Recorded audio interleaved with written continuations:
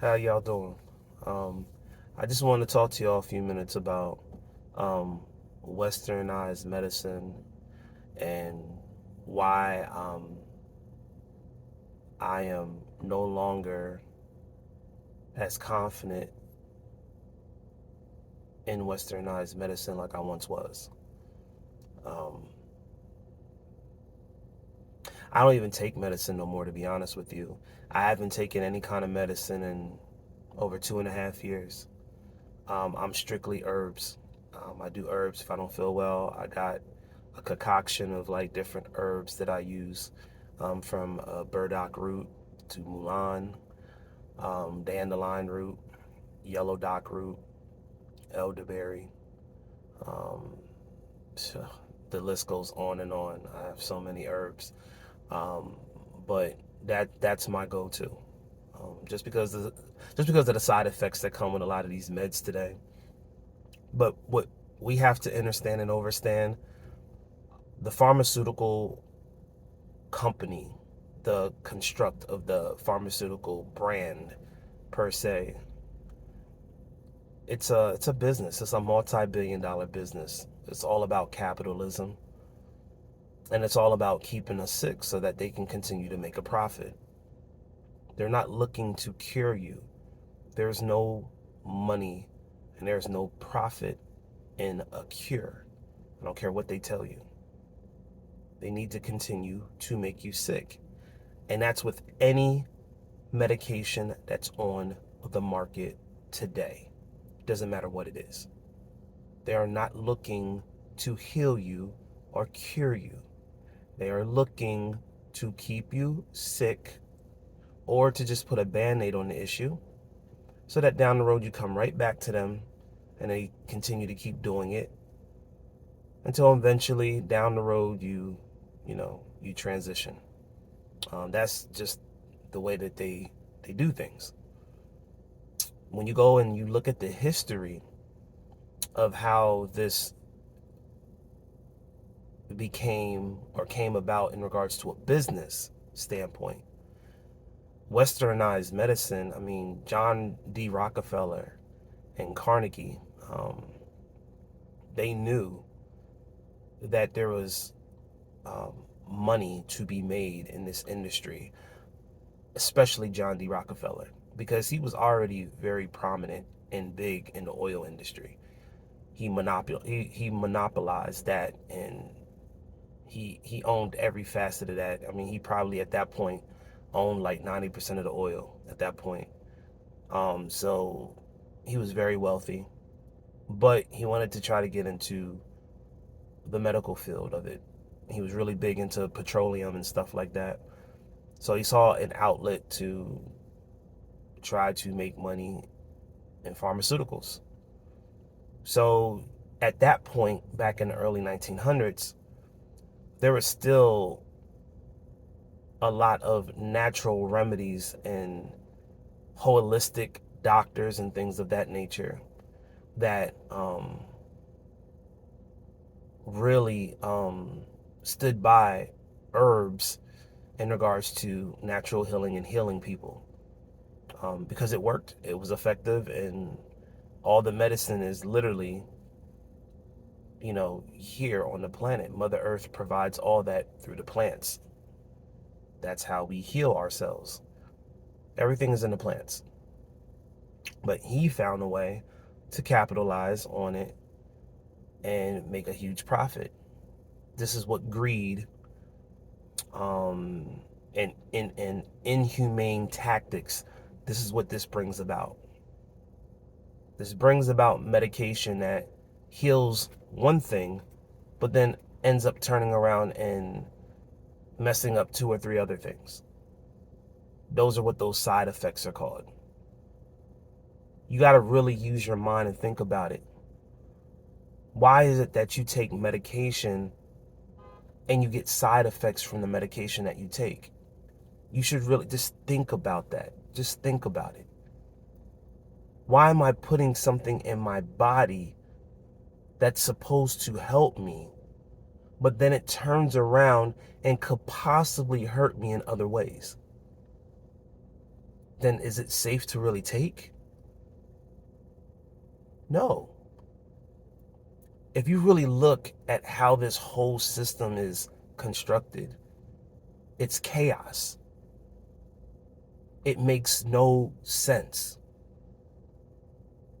When it comes to the medicine, when it comes to the food that we eat, if you look back and really do your due diligence and you do your research and research the different ingredients that are in this food, you would look at it and be like, yo, this is blasphemy. This makes no sense. Why are they putting this in our food? The chemtrails that are up in the sky. Why are they putting poison in the sky? Why are they putting fluoride in our toothpaste and in our water? Why? You need to ask these questions.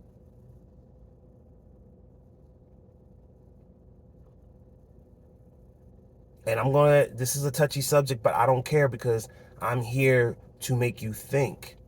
Even with religion, much love and much respect to my white brothers and sisters. It's no knock at y'all. But to my melanated brothers and sisters, they have you praying and worshiping a Jesus, a deity, a God that doesn't even look like you. Who's ever in the Christian faith, and I grew up a Christian, all right?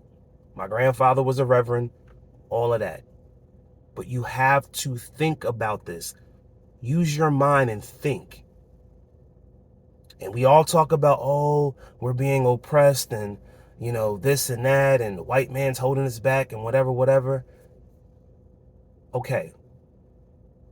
If that is indeed the case, why are you praying and worshiping your so-called oppressor or your Jesus or your God or your deity that looks like your oppressor? Images are very powerful. Images are very powerful. When people see images, they idolize those images. They put them up on a pedestal. They worship them. This has been happening for hundreds of thousands of years. This is another sense of control. And what you have to also understand and overstand, that do you know how many different titles we've had? And again, I'm talking to my melanated brothers and sisters, my black brothers and sisters. Think about it. All right. Right now we're labeled as African Americans. Before we were called Afro Americans. Before that we were called Negroes.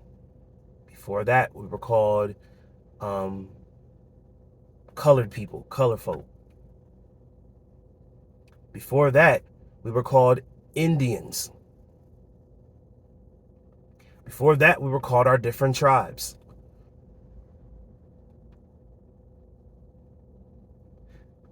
They need to keep switching up the titles of who you are to confuse you and keep you disconnected to the fact that you are the original indigenous people of this land.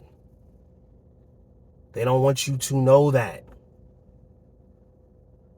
This is what they consider the new world, and this is for the foreigners. Now, I'm not going to sit here and say every foreigner and every white person and every Asian and everybody who comes over here that wants a better life for themselves, that they're all bad. I'm not going to even say that. Some of the people that hurt me the most look just like me. It's all about the heart, and it's all about the spirit and the soul of the person. But the truth is the truth, and the truth will set you free. We had our own ways of healing ourselves. We had our own spirituality. We had our own land. We had our own way of living. Then we were infiltrated. We were told lies. We had peace treaties that were broken. We had nations, tribal ways of thinking and living that were just disintegrated, just wiped off, like it never existed, like it was never there. And we're a group of people that are displaced and that we don't have a clear, concrete knowing of our true identity. All you have to do is have a seat and sit down with your elders. They'll tell you exactly what you need to know. So I would recommend use the younger generation,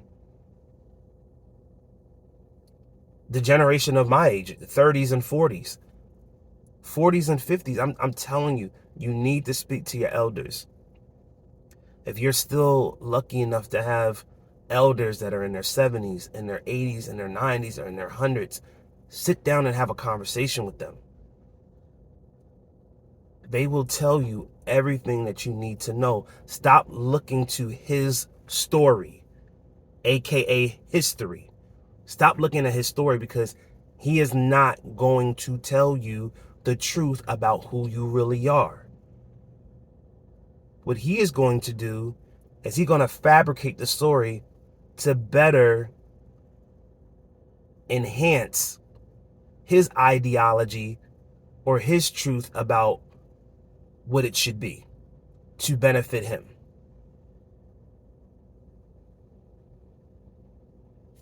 But I don't need no fabricated stories. I want the truth. I'm a big boy. Give me the truth. Tired of the lies. I'm tired of the deception. There's been so much that's been happening and that now is coming out. And if you're still turning a blind eye to it, you don't have anybody to blame but yourself. This system, from the top to the bottom, does not care about the mass majority of the people on this planet. They don't care about the natural resources on this planet. They do not care about Mother Nature or Mother Earth. They do not care about anything else except for their greed and their sinister ways. That is the reality. I don't care if you're black, white, whatever. You think you're important when it pertains to this system, and you're not. People think you have to be politically affiliated with like the Democrats or Republicans. They're both in cahoots with each other. Neither one of them care about you. The system is flawed. Wake up. The system is flawed. It's not to benefit you. It's like playing the lottery. You have a 1 in a million chance of hitting.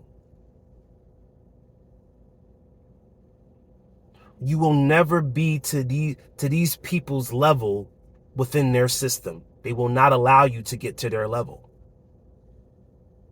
They'll give you some crumbs, so maybe you might be able to be in the suburbs compared to the ghetto, or maybe you might get a little lucky, maybe make you $1 million or whatever the case may be, but you will never, ever get to these people's status unless you sell your soul.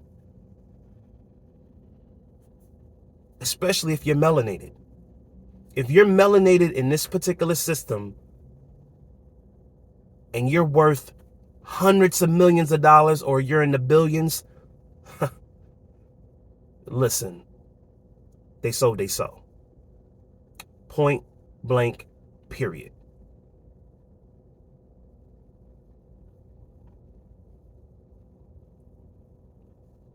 So I'm going to leave y'all with this. Do your research. Don't listen to me. All right?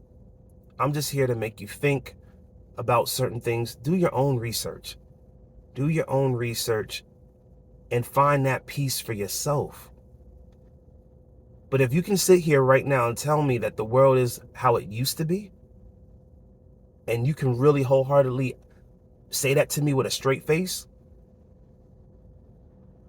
then you can forget everything that I said.